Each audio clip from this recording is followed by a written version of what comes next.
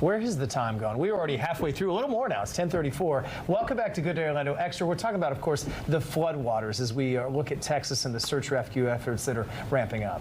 That's right. Volunteers from around the country doing everything they can to help first responders dig through the debris and the devastation. So we've got Fox Weather's Haley Meyer there joining us live from Kerrville this morning. Haley, you're hearing powerful stories from these residents right now who lived through really the unimaginable. How are they responding to the aftermath of all this?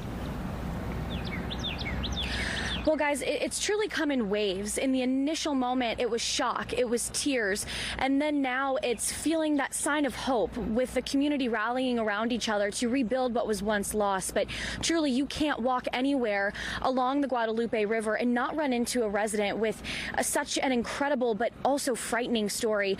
Listen in to one man who recounted what happened early on the morning of July 4th.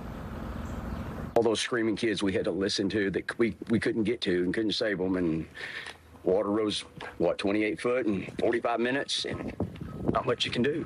Not much you can do, but we're all here, and we're going to find what we can find, and to give some of these families closure, you know, and that's all we can do. Yeah, it's so hard to hear everything that's been going on across the area. We had 3 separate rain gauges in this region, all hit 20 inches of rain, all began to flood into the Guadalupe River in just 45 minutes. Now, I like this backdrop to try and paint this picture for you. Typically, on a July 4th weekend, you'll have folks hanging out, tubing along the river. You can even see the remnants of some rope swings, a tire swing way off into the distance, where kids make their fondest memories over the summer holidays. And now all you see is debris, things from their RVs, their campsites floating along the river. The biggest thing that residents have been telling me too is the tree canopy has meant so much to them over the years. These trees have been here for 300 to 600 years, and now so many of them have been completely wiped out. So replanting those trees is going to be top of focus. But obviously too, Governor Greg Abbott came just yesterday and was surveying the area and has reported that there could be up to 160 plus people still missing, many of which here in Kerr County.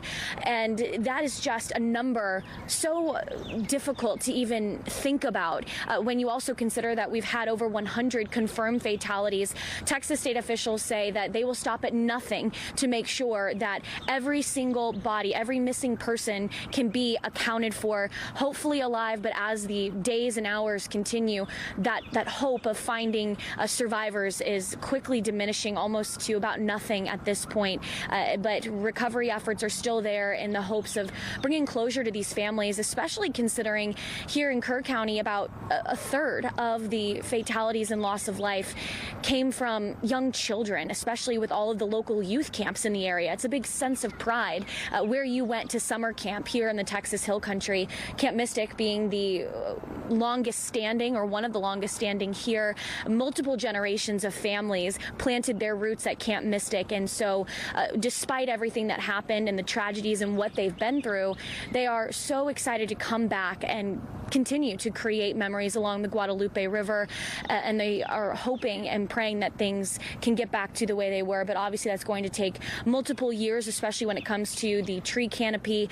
President Trump will be here by the end of the week to do his own survey and speak to the nation as well. So all eyes will certainly still be on the Texas Hill Country for many weeks and probably many years to come. Back to you. Haley, do we know, by chance, why the number of missing went up so dramatically over the last 24 hours? You know, that's a really interesting question, and I was chatting with some folks here, and what we could come up with is the fact that it was Monday as he started to come out, and with it being July 4th, so many people came into the region for a vacation, and they weren't permanent residents, and so not showing up to work, not coming back after your holiday weekend could be a reason for the surge in numbers. But also, too, I mean, in a situation like this, you can see those types of fluctuations. So is the number truly 160 161. We certainly hope not, but that's at least the number of reports, and lines are still open to report more missing loved ones. But again, the death toll could, if all that comes to fruition, reach about 200 people, and that is probably one of the deadliest natural disasters the state of Texas has ever seen, and this on the heels of another flood disaster we had, I'd say a couple hours south of here in South Texas, where 14 people lost their lives. And so really hard for folks as they try and come to grips with what has been going on, especially considering the fact that this area is so prone to flash flooding to begin with. Yeah. And it's still holding out hope for sure.